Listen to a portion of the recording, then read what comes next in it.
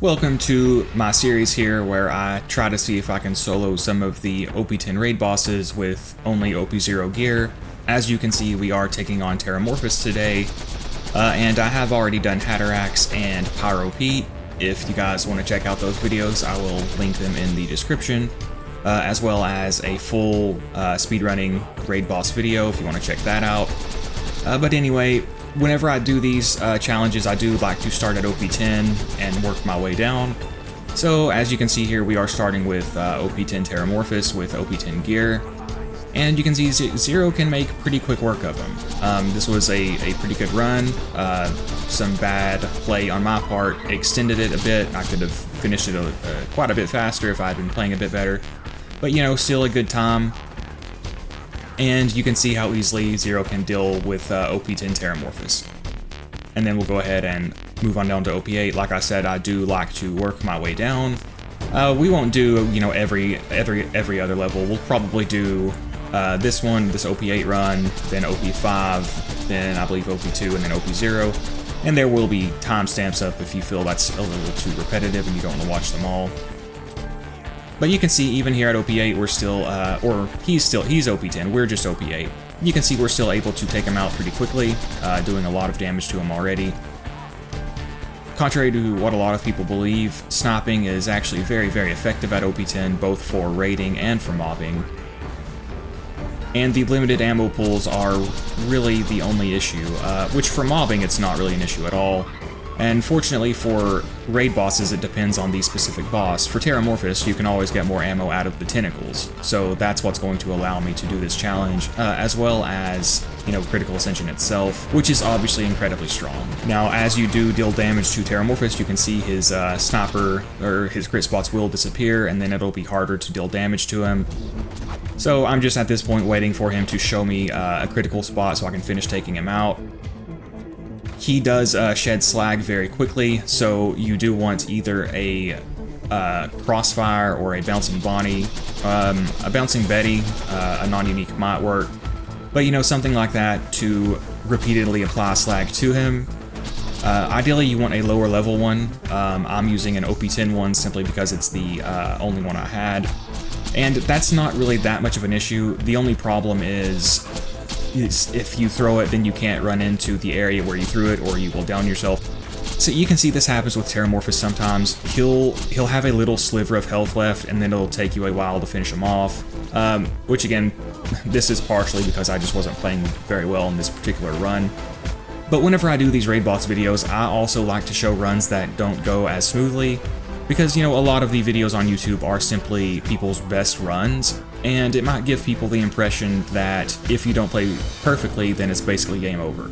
So a run like this was pretty sloppy, but, you know, I just wanted to show that it was possible even if, you know, you don't insta-kill them in 60 seconds.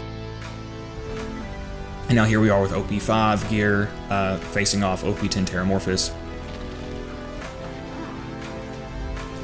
So he did give a good rise, to get us a good angle on his crit spots. That is, like I said before, there is a lot of RNG involved in these fights. For Terramorphous, it depends on how he rises and how quickly and stuff, which to an extent you can manipulate that, but you know, there is still RNG involved, and also just how much slag applies to him. Sometimes you'll get runs where slag barely applies to him and it takes forever, and sometimes you'll get lucky and he'll get slagged over and over again.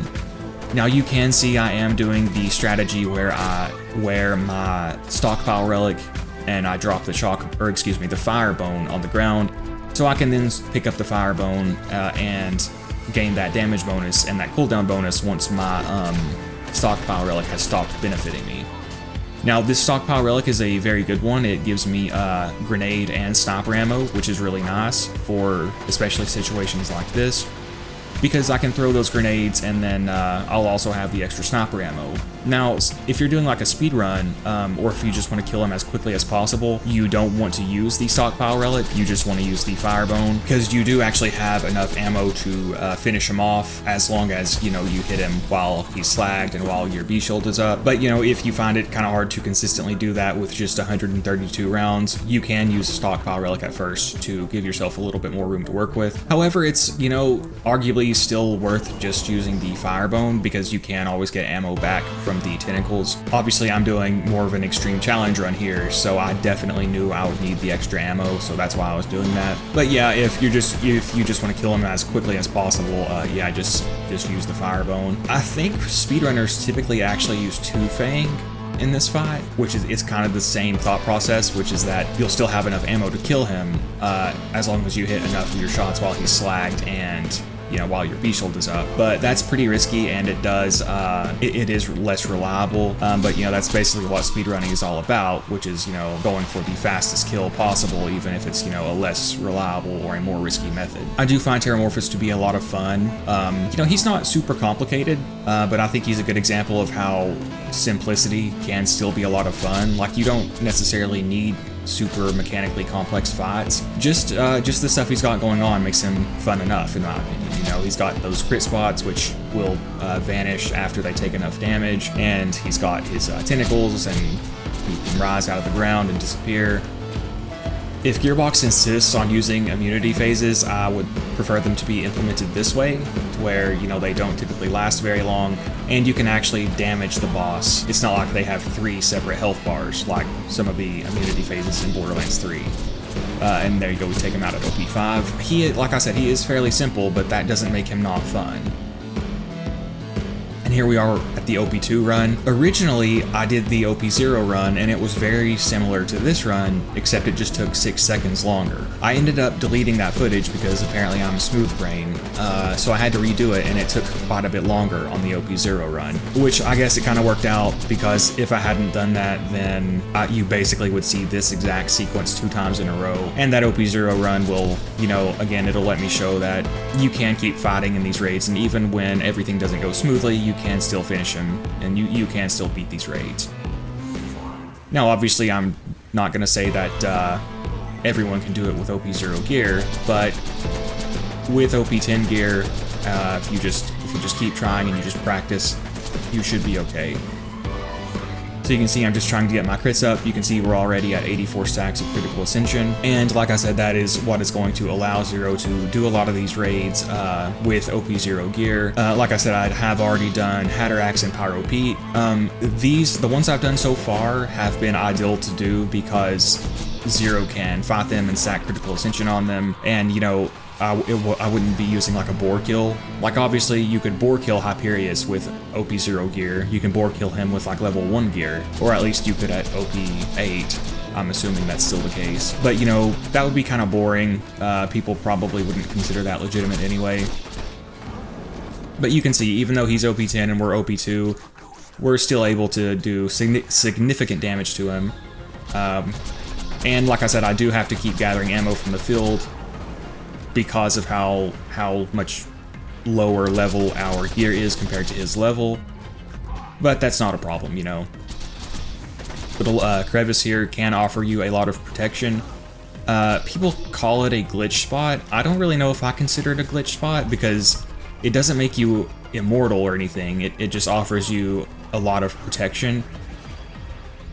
If Gearbox didn't intend for players to use that spot, it seems very weird for them to even put it there. Like, it seems like an intentional bit of cover.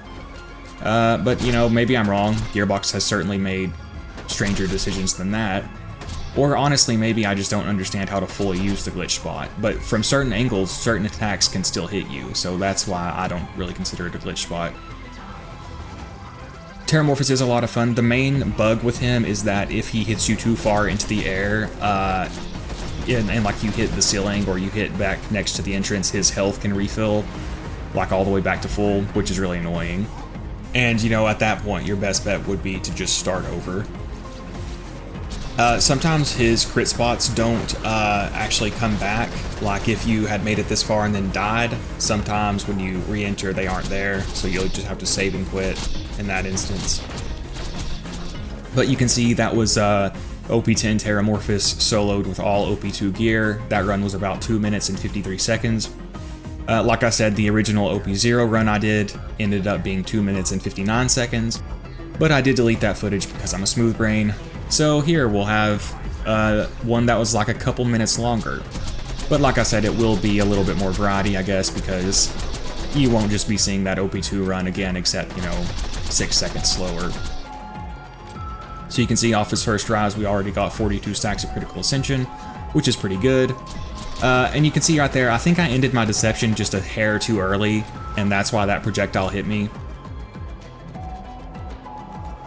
And by the way, even if you consider this not legitimate, because I did use the quote-unquote glitch spot, you can still beat Terramorphous without using that spot, especially if you have a Cher-Amie, which is the Moxie sniper rifle that can help heal you. And, you know, if people think it's that big of a deal, I could do that. That rifle, I do like it a lot. Unfortunately, I've only got a slag one. I need to get a fire one, but I'll have to clear, you know, round 5 of the Hyperion Slaughter again. But that is a really, really useful rifle for raiding with Zer0, because you can keep your stacks of critical ascension up and get your health back. And, you know, a slag one is very good as well. That's why I got it first, because it'll allow you to slag, heal, and maintain stacks of critical ascension, which is really nice. So you can see, even at 100 stacks of critical ascension, we're not dealing a ton of damage just because of how low level our weapons are, but we'll keep shooting, we'll keep taking out the tentacles and getting more ammo, and we'll be able to get it done. I'm not sure what all other bosses I'll end up doing for this series.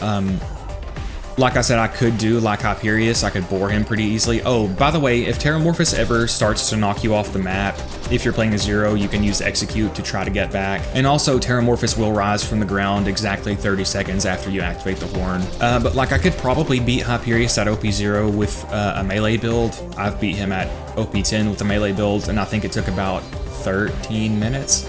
I can't remember exactly. So I think I could replicate that at OP0, but it would take a really long time. I don't know if anyone would want to watch that. I could probably, I don't know about the dragons. I've experimented with them some. I think I could do it, but it would be really, really tough. The main problem is I can't kill Hylianth in one landing, so I'll have to figure out a way to survive and get him to land twice.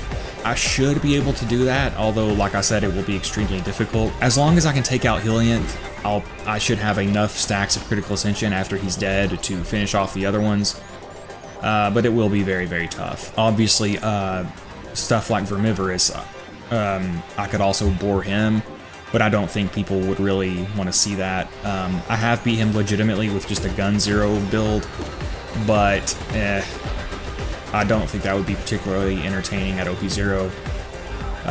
Veracitus I have beat legitimately with melee, but it took like 35 minutes. So to do that at OP0 would be not only brutally difficult, bordering on impossible, but it would take over an hour. So probably won't be doing that anytime soon. Got almost 170 stacks of critical ascension here, so the Cher-Amie, even though it's slag and low level, it should be helping us heal pretty good. So you can see, I do try to take these tentacles out whenever a lot of them spawn, because they can quickly overwhelm you. So that's why I'm usually taking them out. And you might think, well, why not let the tentacles live so you can get second wins? The problem with that, in my experience, is that they often retreat once you go down. Not always, but they are very likely to do so. So I do just prefer to take them out while they're still up, just to reduce the number of threats. So you can see this happens a lot. Like I said, he's got a sliver of health, and then you can't damage him because he's in an immunity phase, or you can't hit, you know, a crit spot. So you just kind of have to wait it out.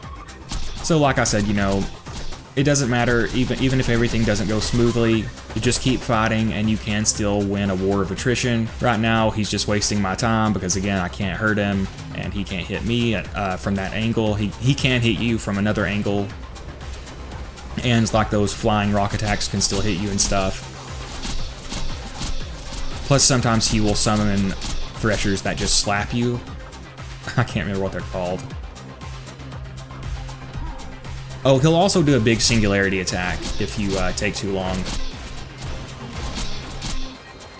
And you can avoid that by like hiding behind that quote-unquote glitch spot, or cover on the ground, or like the Axton's turrets.